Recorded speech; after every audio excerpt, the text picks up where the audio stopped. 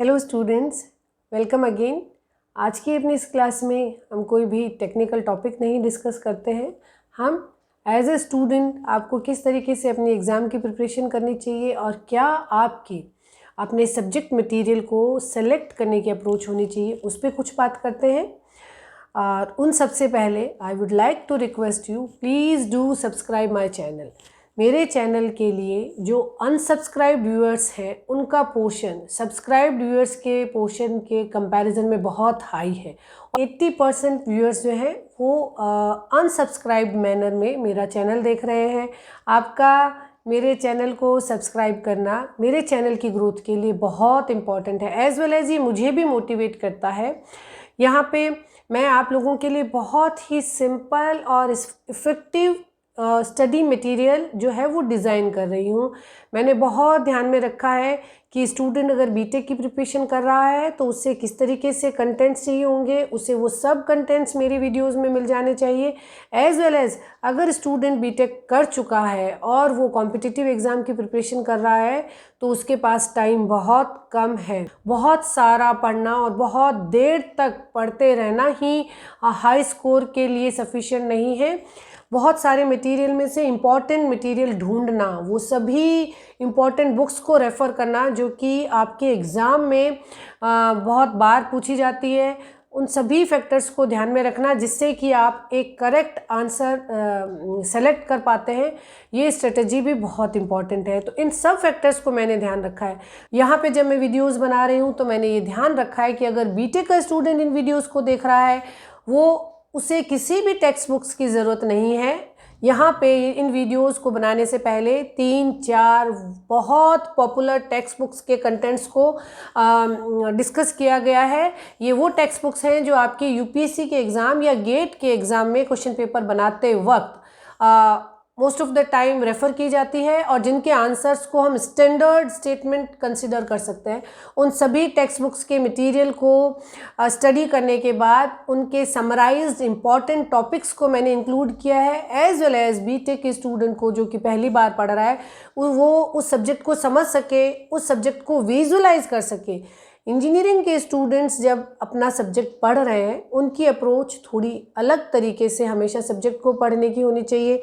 जब आप सब्जेक्ट को पढ़ें और अगर आप उसे विजुलाइज कर पाते हैं, आप अगर समझ पाते हैं कि ये जो फिनोमिना है ये कैसे हो रहा है और इस फिनोमिना के पीछे जो गवर्निंग फैक्टर्स हैं वो क्या है, कौन सी मैकेनिज्म इसमें लग रही है, किस तरीके से ये रिफ्लेक्ट हो रहा है। अगर आप एक सब्जेक्ट से दूसरे सब्जेक्ट से तीसरे सब्जेक्ट को अगर कोरिलेट कर पाते हैं तो आपकी जो अंडरस्टैंडिंग है वो डेफिनेटली बहुत यूनिक रहेगी और आप सब्जेक्ट्स को भूलेंगे नहीं, आप उन्हें इमेजिन कर पा रहे हैं। इमेजिन करने के बाद आप उनके कंटेंट्स को अपने आप से छांट पाएंगे और फिर उन कंटेंट्स के जो फॉर्मूलाज आपने निकाले हैं, जो आपने डेरिवेशंस आपने किए हैं, अगर आप उन्हें समझ के करते हैं तो आपको उन्हें रटना नहीं पड़ेगा, मेमोराइज नहीं करना पड़ेगा। You can recall them after 2 और 3 मिनट्स। तसल्ली के साथ, थोड़ा पेशेंस के साथ सब्जेक्ट को पहले समझें। आप पहले बहुत सारा पढ़ें, फिर उसमें से इम्पॉर्टेंट अपना जो एब्स्ट्रैक्ट है उसे आप नोट्स के फॉर्म में बनाएं। नहीं है तो बहुत सारा लिखने की आदत डालिए। इंजीनियरिंग के स्टूडेंट्स को खूब सारा लिखना चाहिए। मल्टीपल टाइम आपको अपनी प्रॉब्लम्स को लिखनी चाहिए, डिटेल में लिखनी चाहिए जब आप प्रिपरेशन कर रहे हैं। ये एग्ज़ाम में आपकी स्पीड बढ़ाने के लिए बहुत ही हेल्पफुल रहेंगे। मैंने सभी फैक्टर्स को ध्यान में रखते हुए कि सब्जेक्टिव स्टूडेंट्स अगर क्वेश्चन लिख रहे हैं तो उनको क्या कंटेंट चाहिए वो पूरी तरीके से इस मटेरियल में डाला, इन ऑनलाइन लेक्चर सीरीज़ में डाला गया है। कॉम्पिटिटिव एग्ज़ाम में उनको क्या क्या चीज़ बतानी है, किस तरीके से उनको टारगेटेड मटेरियल देना है ताकि वो कम से कम वक्त में अपना सब्जेक्ट कंप्लीट करें और नेक्स्ट सब्जेक्ट की तरफ मूव करें। तो कोशिश की गई है कि इतना सिंपली आपको एक सब्जेक्ट समझा दिया जाए कि उस सब्जेक्ट को याद करना, उसके फॉर्मूलाज याद करना और अच्छा स्कोर करना आप लोगों के लिए आसान हो जाए। तो मैंने अपना पार्ट बहुत अच्छे से यहाँ पे इम्प्लीमेंट किया है। आप भी अपने पार्ट पे बहुत सिंसियरली और ऑनेस्टली मेहनत कीजिए। स्टडी मटेरियल को पढ़ने के बाद क्वेश्चंस को, असाइनमेंट प्रॉब्लम्स जो मैंने वीडियो के एंड में दी है उन्हें आप ज़रूर से सॉल्व कीजिए ताकि आप उसको एक फिनिशिंग टच दें।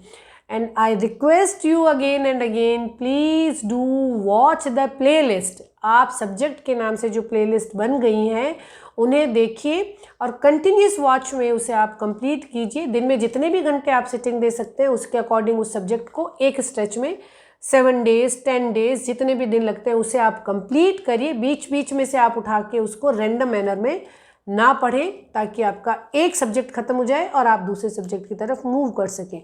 और जब आपका सब्जेक्ट खत्म हो जाता है तो आप असाइनमेंट लास्ट ईयर की बहुत सारी एग्ज़ाम की जो प्रॉब्लम्स हैं उन्हें भी सॉल्व करें। तो I wish you very all the best for your exams and you also do a favour for me, please do subscribe my channel. ये चैनल की कंटिन्यूटी के लिए और ये चैनल की ग्रोथ के लिए आपका एक छोटा सा कंट्रीब्यूशन है। मेरे कंट्रीब्यूशन के साथ आपका कंट्रीब्यूशन भी मस्ट है इस चैनल को मूव ऑन करते रहने के लिए, इस चैनल में कंटेंट्स बनाते रहने के लिए। So please do subscribe my channel, share and like my channel. अपने ग्रुप्स में आप इसको शेयर कीजिए ताकि जो इसकी रेंज है वो एक्सटेंड हो सके और मैं बहुत हाई मोटिवेशन के साथ आपके लिए इसी तरीके से बहुत ही simple but effective technical subjects के वीडियो लेक्चर बनाते रहूं। Keep learning, keep watching. Thank you.